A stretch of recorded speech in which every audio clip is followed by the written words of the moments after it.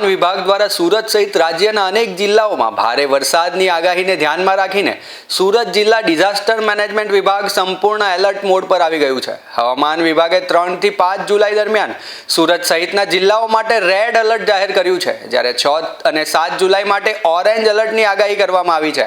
આગાહીને અનુરૂપ સુરત શહેર અને જિલ્લામાં છેલ્લા કેટલાક દિવસોથી સતત વરસાદી ઝાપટા વરસી રહ્યા છે। ભારે વરસાદને કારણે સુરત ગ્રામ્ય વિસ્તારમાં આશરે 20 જેટલા કાચા રસ્તાઓ પર અવરજવર પ્રભાવિત થઈ છે અને કેટલાક રસ્તાઓ તાત્કાલિક ધોરણે બંધ કરવામાં આવ્યા છે। જો કે સ્થાનિક તંત્ર દ્વારા વાહન ચાલકો અને ગ્રામજનોને મુશ્કેલી ન પડે તે માટે વૈકલ્પિક પાકા રસ્તાઓ અને વ્હીકલ રૂટની વ્યવસ્થા કરવામાં આવી છે। જિલ્લા ડિઝાસ્ટર વિભાગે લોકોને ભારે વરસાદ દરમિયાન નદી, તળાવ અને નીચાણવાળા વિસ્તારોમાં જવાનું ટાળવા, બિનજરૂરી મુસાફરી ન કરવા તેમજ વહીવટી તંત્ર દ્વારા આપવામાં આવતી સૂચનાઓનું પાલન કરવાની અપીલ કરી છે। કોઈ પણ આપત્તિજનક સ્થિતિ સર્જાય તો તાત્કાલિક સંબંધિત વિભાગને જાણ કરવા પણ સૂચના આપવામાં આવી છે। મારું નામ સાજિદ મેરુજઈ, નાયબ મામલતદાર, district emergency operation centre, collector office Surat. હાલમાં જે વરસાદની સ્થિતિ છે તેમાં ભારતીય હવામાન વિભાગ દ્વારા 1 જુલાઈથી લઈને 5 જુલાઈ સુધી ભારે વરસાદ અંગે રેડ એલર્ટ સુરત જિલ્લા માટે આપેલું છે। 6 જુલાઈ માટે ઓરેન્જ એલર્ટ છે।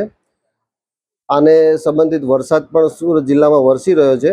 આજે સવારેથી લઈને અત્યાર સુધીમાં 262 mm જેટલો વરસાદ અંબિકા તાલુકામાં વરસી રહ્યો છે। તેમજ અત્યાર સુધીનો સુરત જિલ્લાનો એવરેજ વરસાદ 258 mm થઈ ગયો છે। આ ભારે વરસાદની સ્થિતિમાં સુરત જિલ્લામાં ગઈકાલે એક દુઃખદ બનાવ બનેલો હતો, જેમાં માંગરોળ તાલુકામાં વીજ પોલ પડવાથી એક યુવકનું મૃત્યુ થયું હતું। આ સિવાય અમુક કાચા મકાનોને નુકસાન થયું છે। 20 જેટલા પંચાયત હસ્તકના ગ્રામ્ય રસ્તાઓ બંધ છે, તેના વૈકલ્પિક રસ્તાઓ ચાલુ છે। પ્રજાજોગ સંદેશ એ છે કે વહીવટી તંત્ર દ્વારા જે કોઈ હવામાન વિષયક આગાહીઓ આપવામાં આવે તે જાણો, એને અનુસરો।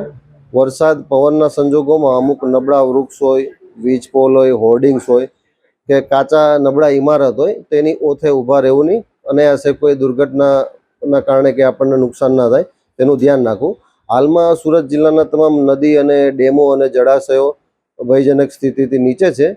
જ્યારે પણ એમાં વધુ પાણી આવે ત્યારે આ નદીમાં વગેરેમાં જવું નહીં।